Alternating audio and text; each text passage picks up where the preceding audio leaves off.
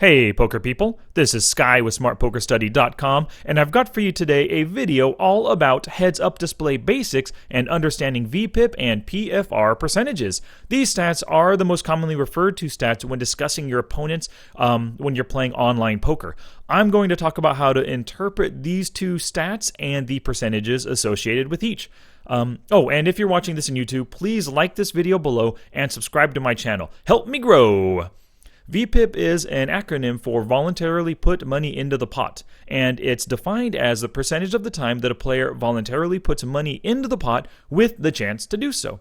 And the equation for VPIP is the number of times the player put money in the pot divided by the number of hands played minus the number of walks. So it does not count when you're in the big blind and it's folded around to you. That hand doesn't count. Well, so all of this is great and all. We understand the equation, understand how it works now. But what does a VPIP of, 10 or 20% really mean? Sure, it means they're playing 10 or 20% of hands, but what are those hands? And we figure this out by using a poker range chromatic. Now, this is one that I've developed myself. You can find them online. If you look in the show notes, if you're watching this on YouTube, the show notes below will actually have a link to my own poker chromatic, or you could just, take a screenshot of it here, copy it, paste it, whatever, into your own thing. But VPIP, of course, what hands are included in each percentage? Well, you learn this by memorizing the cutoffs for each percentage. So, for example, at 20%, the cutoffs are all pocket pairs: Ace 7 suited, Ace 10 off, King 9 suited, King 10 off, Queen 9 suited, Queen 10 off, Jack 10 off, and 9 8 suited. As long as you remember those, anything better than those hands are included within the 20%. So you do the same thing for the 5, 10, 15, 25, 30, all the different percentages, and I have them all laid out here for you to take a look at.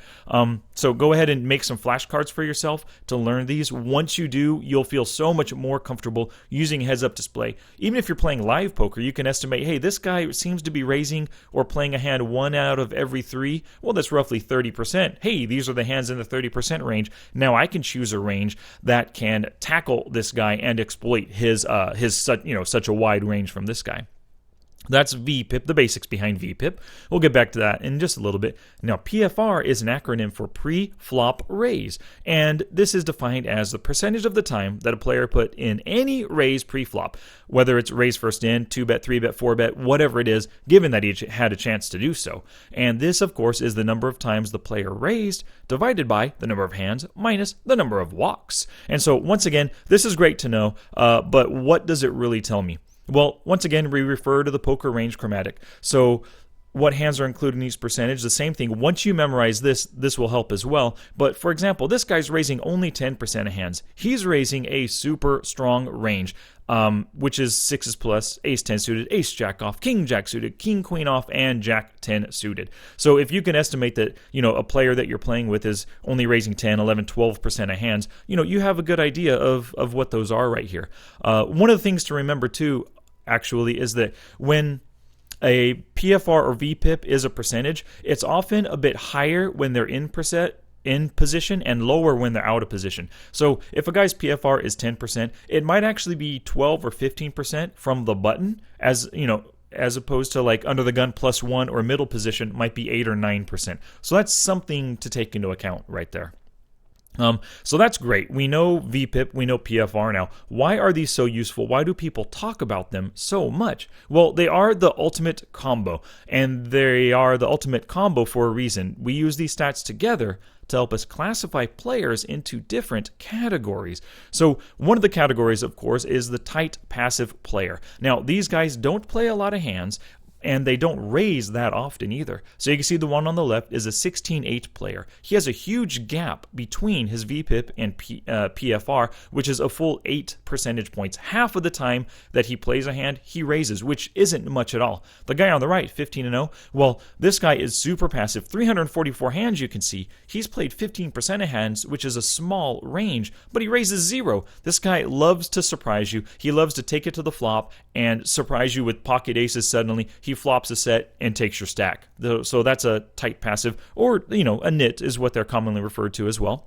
Now, the loose passive players, or fish, these are the guys, they're stations, they love to see flops, they love to pay you off on the flop and turn, maybe not the river so much, depending, but these guys pay you off on every street. You want to go for max value. They're stations, don't bluff these guys. So as you can see, one is a 49-3 and the other one is a 68-0 over decent sample sizes. So these are the guys you want to get it in, mix it up, play lots of pots with. Now, the tag players, or reg players oftentimes, now these guys have very strong stats, they play strong ranges, and they play them pretty aggressively. Two different examples here are the 21-15 and the 14-9. So you can see the gap between their two numbers is pretty small. They play either a lot or a few hands, but the most of the hands that they play, they come in for a raise.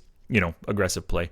And now we have the lags, loose aggressive players. Now these guys are often referred to as donks or maniacs. They get in there, lots of raising, lots of 3-betting and 4-betting, lots of bluffing pre-flop, and just a lot of hands played in general. You want these guys on your right. You want them into the pot before you get in so that you can kind of, it kind of gives you an idea of what you're up against. If they act after you and you raise, you'll get 3-bet a lot, and they can make your life difficult. So you want these guys on your right, of course. And remember that pre-flop stats often, but not always, correlate to post-flop play. So there are some players who are front door aggressive, but get passive on the turn and river. Like this 46-26 guy, the lag, he might be super aggressive pre-flop and on the flop, but on the turn and river, maybe he only plays and gets aggressive with really good hands, 2-pair plus, that kind of thing. And there's also those players that are backdoor aggressive. So they're tight and passive pre-flop, but they get super aggressive post-flop on the flop, turn, and river. So you want to be aware of that. These player types often correlate pre-flop and post-flop, but not always. So take notes on your opponents and make sure to look for these kinds of tendencies within their play. Well, that ends this video on the basics behind VPIP and PFR. If you have any questions, please let me know in the comments below, and I might make another video just for you. If you found any value at all in this video, please like it below and subscribe to my channel. And even better yet, share it with a friend. I really, really appreciate that. Please visit me at smartpokerstudy.com, tweet me at smartpokerstudy, or send me an email to sky@smartpokerstudy.com. And until next time, study smart, play hard, and make your next session the best one yet.